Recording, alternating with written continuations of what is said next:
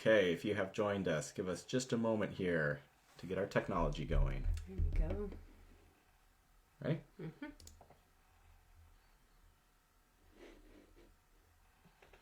All right.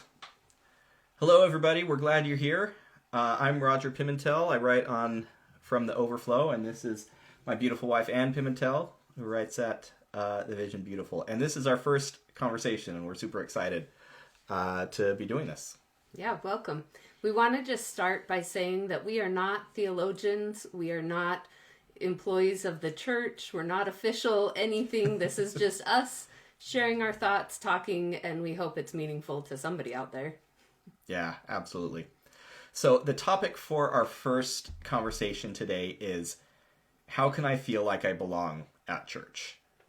And we picked this topic because, for one, we don't have the answers on this. This is a topic that we talk about a lot at home while we're making dinner or whatever it is.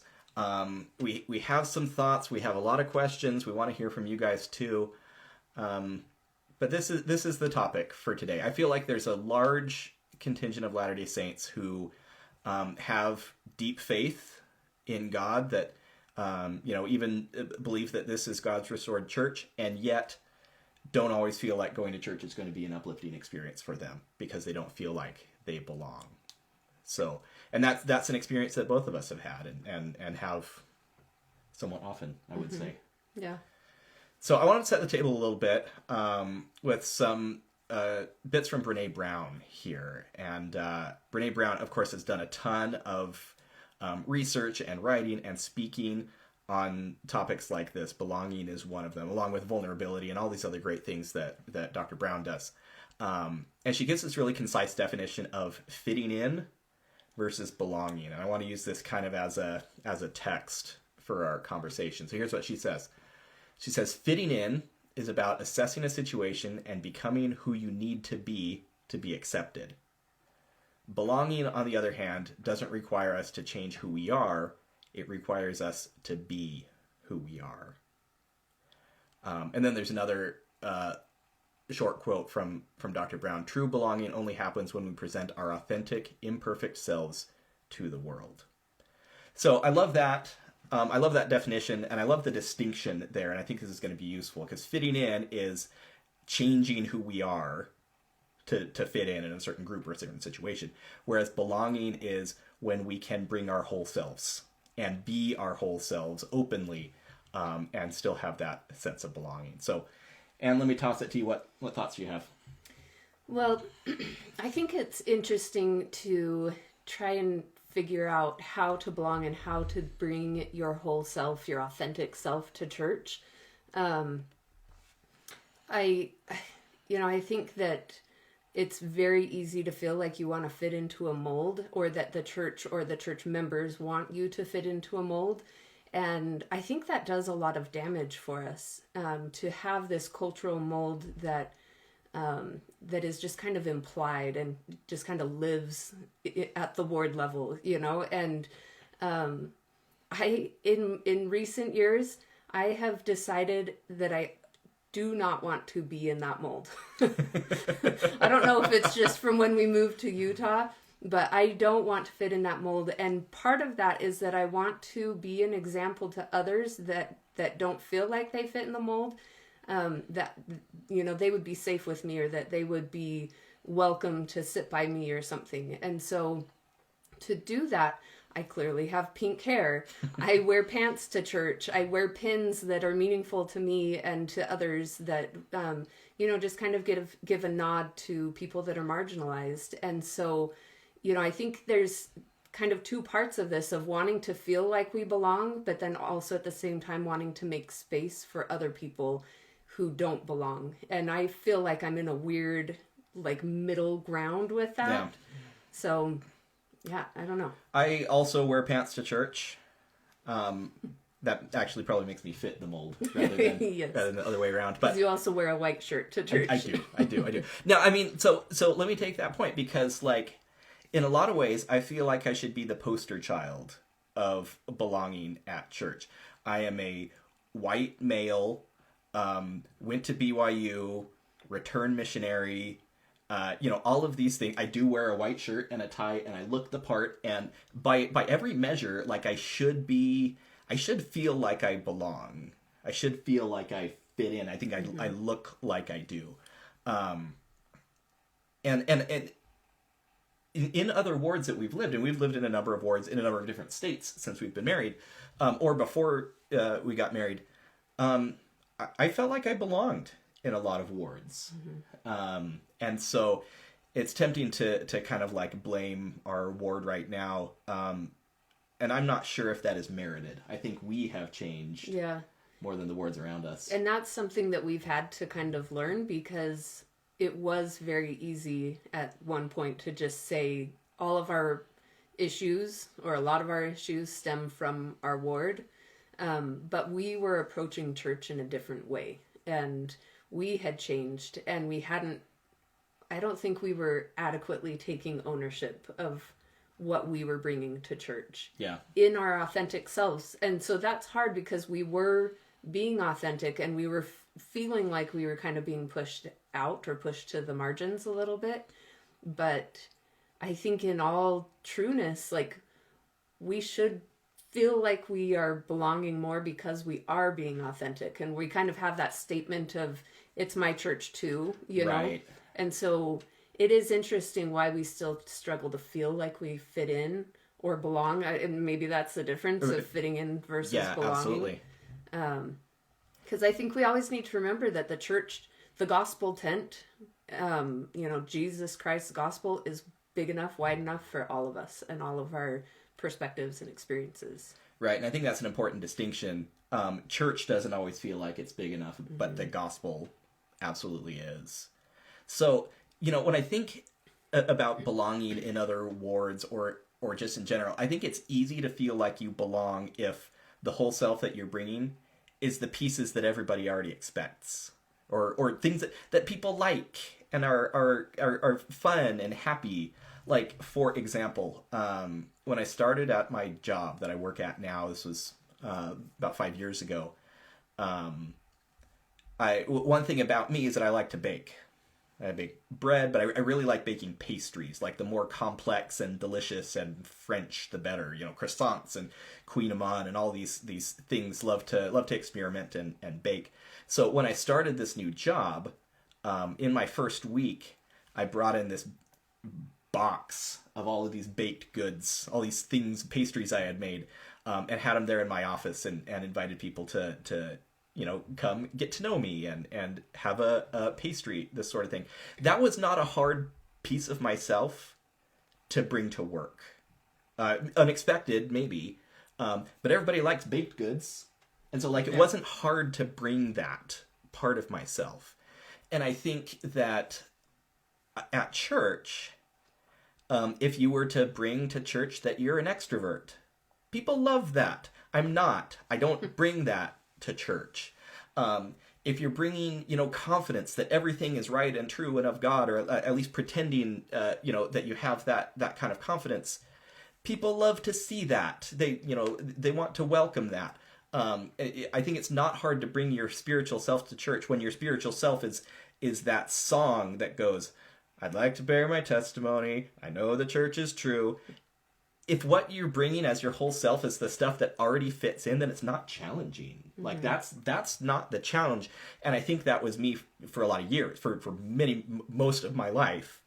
Either it was fitting in, or that's just who I was and where my faith was at the time. That's really comfortable for everybody around. Right. Because that's what they're all used to. And so they can, like you're saying, they can respond easily to that because it's comfortable. And we do put a lot of weight in being comfortable at church, which is weird. As Phoebe Stone, I think, said that not belonging is like wearing someone else's shoes, and it's uncomfortable and it hurts. And I think a lot of us have gotten there, and so I'm grateful for this online community for all of you guys, because this is where I can bring my whole spiritual self. And I should be able to bring it to church, and I just don't. Yeah. A lot of the time. with questions that I have, or things I want to say, or comments I want to make, or whatever. Part of that's being introverted in a group like that, is I don't like to raise my hand and say something that doesn't fit in with what everybody else is saying. But yeah, that's the whole self that I'm not always bringing. Yeah, and I mean, I think that we're different in that area because I do like to speak up at church. She will raise her hand and say the controversial thing. Not controversial. No, not, well, sometimes, maybe. But I will say whatever's on my mind because I like to use phrases like, let's look at this from a different perspective, or I want to share my point of view, or something to just kind of switch it up and let people maybe be a little uncomfortable. I'm okay with that. I'm uncomfortable a lot at church, and so I'm okay if I make other people a little uncomfortable. But I am more comfortable raising my hand and saying something than you are. And sometimes we'll be sitting in Sunday school and I'll like squeeze his hand and be like, your turn, say something about this. And he will, for the most part, you will speak up if it's, something really important. We had an example from this past Sunday at church, and, maybe we'll be judicious about the ward examples that we use. Yeah. We will not give names, and, hi to anybody from our ward. Hello. But we were sitting in Sunday school, and the topic kind of drifted toward the concept of prophetic fallibility, or infallibility, as the case may be, which is a topic we have discussed a lot. Tons. Diving into the idea that the prophet is a human being who can make mistakes is a concept that we teach kind of academically in the church, but often don't really believe. Mm-hmm. Anyway, somebody was making a comment about how, hey, you need to always follow the prophet. Every single thing the prophet says, even if you don't know why, because the prophet knows why, and eventually maybe you'll find out why. And I don't want to take anything away from that perspective. I think that comes from a certain stage of faith. And some people are just believers, like the gifts of the Spirit. Of some it's given to believe, and some it's given to, I don't remember what it is, to believe on their words. Yeah. Sure. Yeah. But Anne raised her hand, or I did as well later, but we basically were making the point, hey, you should also use your personal revelation. And, what the prophet says, we don't want to take anything away from that, but you have the opportunity and maybe even the responsibility to take those things and explore them and get your own assurance from the Holy Ghost that those things are right. And I think that made some people uncomfortable. It did. I heard from some people after. Because we were not saying don't follow the prophet. We were just saying, hey, here's a little different view on that. Here's a little different angle. Mm-hmm. And I actually think that not both sides, but both perspectives were coming to the same place. Mm-hmm. I think we really agreed. Like the Venn diagram was almost completely overlapping. We were just, one side was saying, no, you just believe. Or just obey. Just do it. And we were saying, hey, internalize it, get your own testimony of it, and then act accordingly. Yeah, have a reason for doing it, not just blind obedience. Yeah. And in this case, we got to make other people uncomfortable instead of just being uncomfortable ourselves. So I don't know if that's better or worse. Well, Elder Holland said that Christianity is to comfort the afflicted and afflict the comfortable. Right. And so if we can't do that at church, like, what are we doing? If we're just going to go and be told niceties and feel like we get a pat on the back and then we leave and nothing has changed and nothing has helped us to grow or stretch, then what's the point of going? That's fair. Yeah, and I want to emphasize also, we're talking about raising your hand and making a comment, and that's certainly one way to do church and to interact at church. And not everybody is comfortable with doing that. And I'm often more comfortable to just kind of put my head down and just kind of power through if the conversation's not going where I want it to go. I have this quote from Brian McLaren from his fantastic book, Faith After Doubt, if you've read it. Which talks about stages of faith. But he says, to belong to a group wholeheartedly can too easily mean buying into its limited perspectives and blindnesses. For that reason, some of us feel more comfortable lurking on the fringes of a group rather than belonging squarely in its center. And I plucked that out of that book because I feel like I'm in that boat sometimes where, we're talking about the gospel of Jesus Christ, which, I'm all in on, but I'm not necessarily all in on the way that my fellow ward members are talking about it. And again, my faith is kind of in a different place than theirs is, and we think about it differently, and we talk about it differently. And sometimes, like Brian McLaren says, I'm more comfortable lurking on the fringes of Elders Quorum or whatever it is. And I just want to say, like, if that's all you can do, if that's the only thing that feels okay to you is to just kind of sit there and power through, that's okay. And you're not alone. And it can feel like a very lonely thing to sit in church and not feel comfortable and not feel like you belong and wonder what you're going to do, like if you should even be there and that sort of thing. And so, I'm lucky enough to have a support system. We have each other. We are very frequently texting each other during second hour about, what's going on in the lesson, or somebody said this or that or whatever. You may not have that support system. I don't know, send us a DM or something. And if we see it, we'll be like, hang in there, or whatever. But like there are a lot of us. Well, and I also think that even in our own wards, we don't know who is suffering, who's questioning, who's feeling out of place at church. I've had an experience where I said something and kind of pushed back on an idea, and somebody who I never would have expected in Relief Society, she raised her hand and said, yeah, this was awkward for me too. I didn't appreciate this part. And then somebody else did. And it was these older women that were like in their 70s. And I was like, oh my gosh, I never would have thought that these ladies would be struggling in the same way that I was. And had I not spoken up, they wouldn't have either. And so I do think that maybe more than we think or realize, there are people that are silently questioning and having a hard time.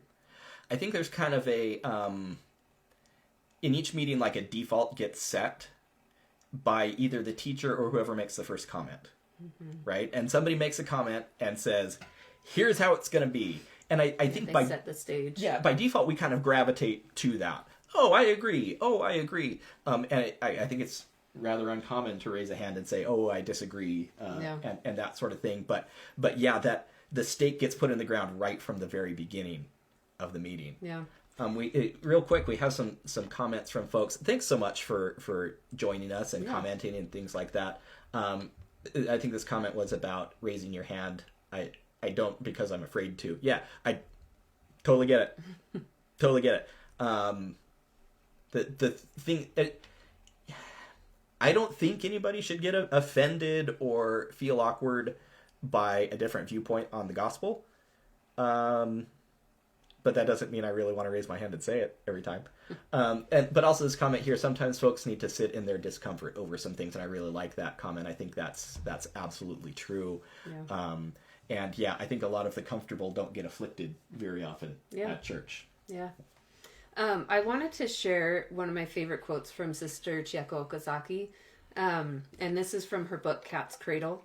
She says, I think that sometimes even at church, where the wonderful diversity of the gospel is available to us all, women sometimes get the message that inadvertently reinforces passivity. Many women feel that there's a Relief Society mold that they have to fit into to be acceptable. I hope that every sister who attends Relief Society, every Relief Society officer, and every Relief Society teacher will think compassionately and seriously about how to bring more flexibility, more responsiveness to needs, and more respect for diversity in her own Relief Society. That's a positive change that would benefit individuals, LDS women in general, and the institution. So I think that is so beautiful. I wish we had a Chieko Okazaki right now in our leadership. That would be so great. But, we, as women, we often are taught to be more passive and just listen to the lesson and let the leader, male or female, almost just preach and, say the things. But we need to involve ourselves more and really take ownership of our experiences at church and participate. I mean, and I love that she said this will benefit individuals, women in general, and the institution. They need our voices. We need to hear our voices. Other women need our voices. We all need our voices. Yeah, we were talking about this earlier. At work, we value having diverse voices. I work in advertising. When we bring in women's voices and the voices of people of color and people who have different cultural experiences, that sort of thing, the work gets better. Like better decisions are made, better creative solutions are come to.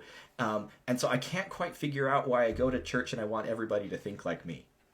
But I do. And it's harder to recognize that the diversity of voices is valuable because when I bring a diverse voice, I don't always feel like it's valued. Yeah. And so.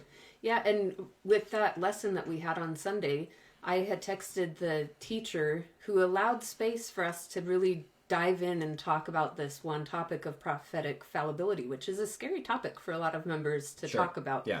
And we talked about the importance of also texting the woman who gave the comment of just obey, just be, do what the prophet said, texting her and thanking her for her opinion too. And not that we agree with it, we see it differently, but she needs to feel that she can use her voice and that together we can like show the different ways that you can be a member, because it's not just one way to be a member, but there's many different ways. And so I think making sure that people who maybe we feel are too conservative in their beliefs at church or too like straight-laced, of course we want people to be more nuanced and to open it up and see more people and value more voices. But if she's going to feel shut down because we're pushing her away, that's also not our goal. So I think there's a really fine balance of that. I like that. We do have a question coming from the group before we wrap this up, and maybe this is not a question for you. Uh-oh. This may end up being a question for me, actually. Question is, how can we let people know we are nuanced without pink hair or pins? You went the pink hair and pins route. I did. I went really bold, and it's weird because I am also an introvert in a lot of ways, but I'm letting the extrovert side come out in my hair and in pins in my shirts. Yeah, and I don't know that I'm great at this, as the non-pink hair having, member in this marriage, but certainly the things that you say are going to be the biggest clue, and that's what I'm looking for. I go into elders quorum and it's just a sea of middle-aged white men in white shirts and hair parted on the side, and like there's not hello there's not a lot of opportunity for like kind of doing that visually, like with pink hair or whatever. I guess you could dress differently. Somehow nobody does. And some men wear differently colored shirts, not white shirts. That's true. So that's one little thing. That could be a thing. But I'm always listening, and part of it's selfish. It's because I want to know who our people are. I'm listening for who's going to say something that's going to take the lesson in a little different direction, and it just widens the tent a little. Yeah, somebody that's speaking up for people on the margins, or something like that, and those they're breadcrumbs, right? And I think I make enough comments that I leave breadcrumbs for others.